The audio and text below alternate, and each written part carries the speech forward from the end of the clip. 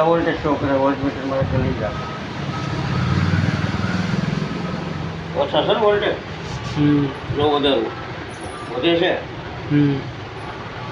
કેટલા છે લો control on થઈ ગયો પૂરા વોલ્ટેજ છે અત્યારે 100 વોલ્ટ કરું 100 વોલ્ટમાં ટ્રીપ થઈ જાય ટ્રીપ કેટલા વોલ્ટેજ ટ્રીપ થઈ 350 વોલ્ટેજ જોઈએ રિસર્ચ કરો કેટલા એ રિસર્ચ થાય જોઈએ કેટલા વોલ્ટ છે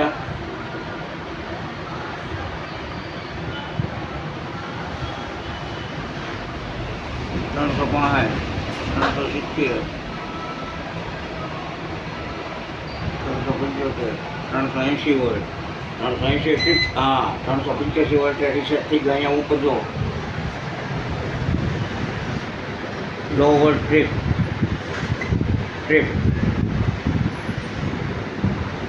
normal condition control on emergency open બરાબર હવે આપણે છે ને પહેલાં ચેનલ ઓન કરીએ સિક્વન્સમાં બરાબર લાઈન સિક્વન્સ 2 3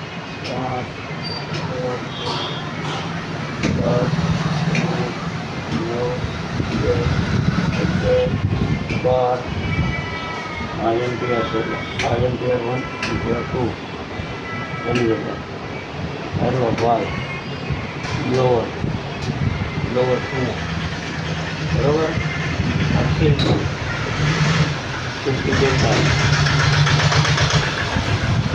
lower ના પંપ બરાબર lower ના પંપ આ એવું વ્હાઇટ નટ બોલે છે આની સાઈડ બ્લોક છે વ્હાઇટ નટ બોલે છે delta elevator 4 extra elevator 3 gear motor magnet destoner 2 destoner 1 destoner 2 આ બે ઇન્ટરલોક છે બરાબર પછી એલિવેટર નંબર 2 પછી આ MTR 1 MTR 2 આ બે ઇન્ટરલોક છે અને આ ફર્સ્ટ એલિવેટર ટોટલ કંટ્રોલ શરૂ output relay on voltage protection on બધું ઓન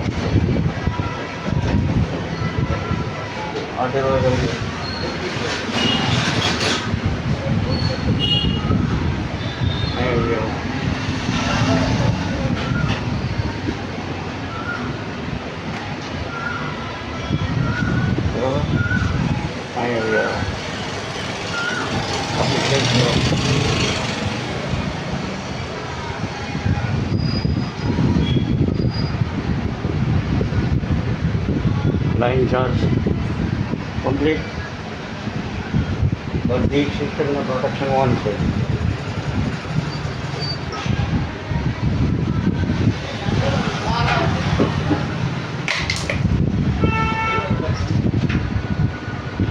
એક મિનિટ હો નથી ઓકે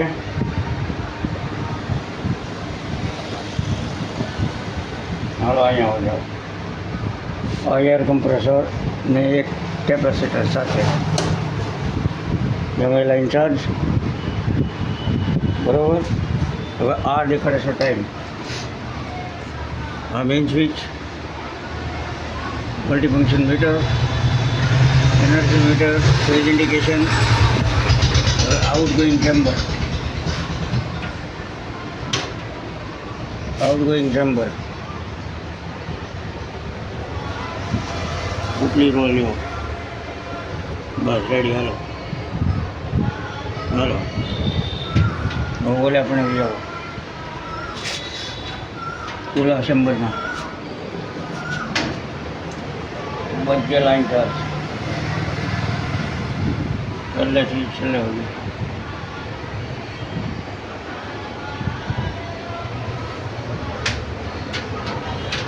બરાબર હવે આપણે છે ને આ ટ્રીપ કન્ડિશનમાં છે.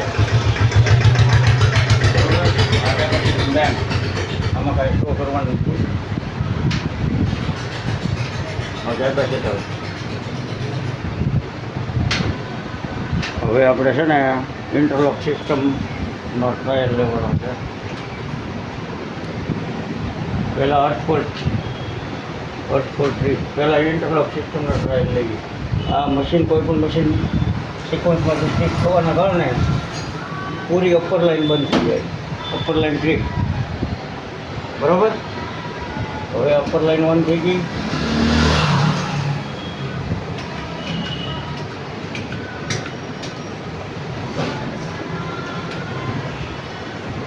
આ અપર લાઇન અહીંયા આવશે. આપણે અહીંયા આવશે. અહીંયા delta interlock on star delta on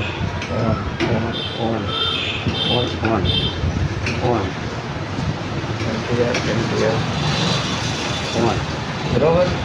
બધું ઓન થઈ ગયું. હવે આપણે છે ને એક સિસ્ટમ આની સમજીએ લોક સિસ્ટમ. કોઈ પણ મશીન મિકેનિકલ વર્ક કરવું છે આ લોક સ્ટાર્ટ નહીં થાય. બરાબર. No operation for run manual mode. મશીનને કોઈ પણ મેન્યુઅલમાં ચલાવવું છે. Manual interlock cancel. આ ઇન્ટરલોકમાં સિક્વન્સના મશીનો ચાલશે. હવે આ આપણી વાળું ઇન્ટરલોકમાં આપણી શરૂઆત થઈ ગઈ અહીંયા. ત્યાંથી આવ્યા અહીંયા.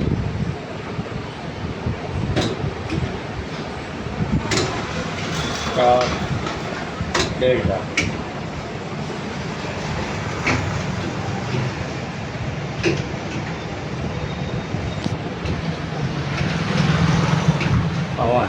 હવે અર્થફોલ ટેસ્ટ કરીએ છીએ આપણે. અર્થફોલ ટેસ્ટની અંદર અર્થફોલ રિલે અર્થફોલ કન્ડિશનમાં હમણાં ટ્રીપ થઈ જશે. પૂરું પેનલ અર્થફોલમાં ટ્રીપ અર્થફોલનું ઇન્ડિકેટર આવી જાય છે.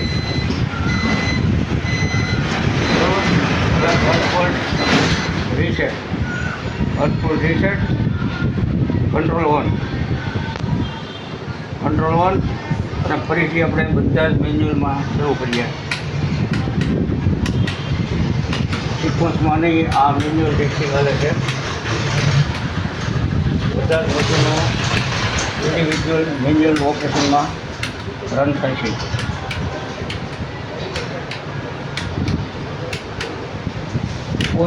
કોઈ એકબીજા મશીનો સાથે કોઈ જાતની ઇન્ફોર્મેશન અત્યારે નહીં આવે. અને આમાં ગ્રુપ પણ ક્રિએટ થાય છે. આમાં કોઈ પણ મશીનોનું ગ્રુપ બનાવી અને એસી લાઈનને તમે ચલાવી શકીએ. આ બધા જ મશીનો અત્યારે મેન્યુઅલમાં છે. કોઈ પણ મશીન ક્યાંયથી પણ શરૂ થઈ શકશે.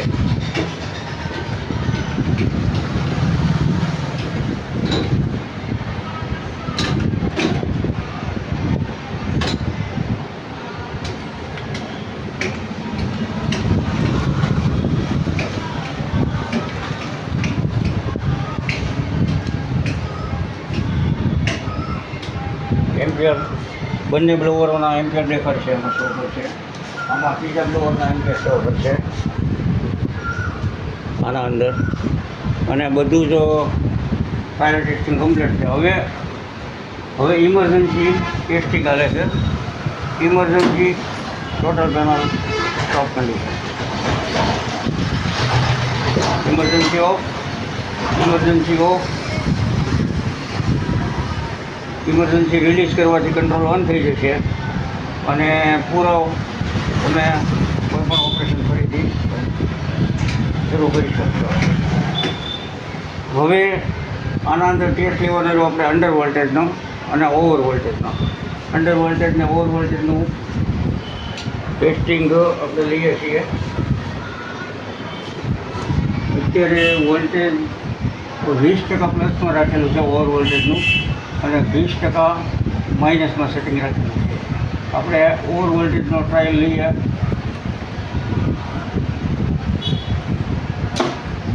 વોલ્ટેજ ડીપ કન્ડિશનમાં આવી ગયું હોય છે.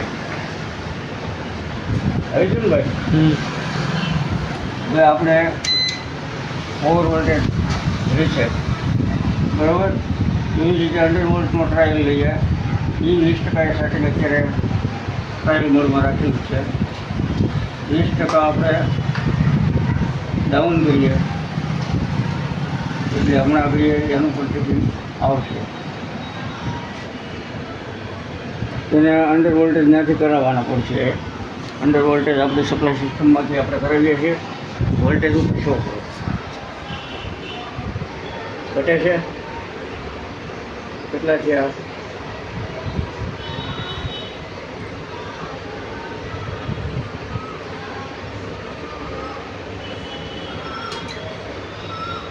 $370 વોલ્ટેજ રેટ માર્યું ને કાંઈ વાંધો નહીં. એનું સેટિંગ આપણે સાઈડ ઉપર આપણા હિસાબથી આપણે કરી દઈએ. આ રીસેટ બરાબર એટલે બધી સિસ્ટમ કમ્પ્લીટલી શરૂ છે. ઓકે અહીંયા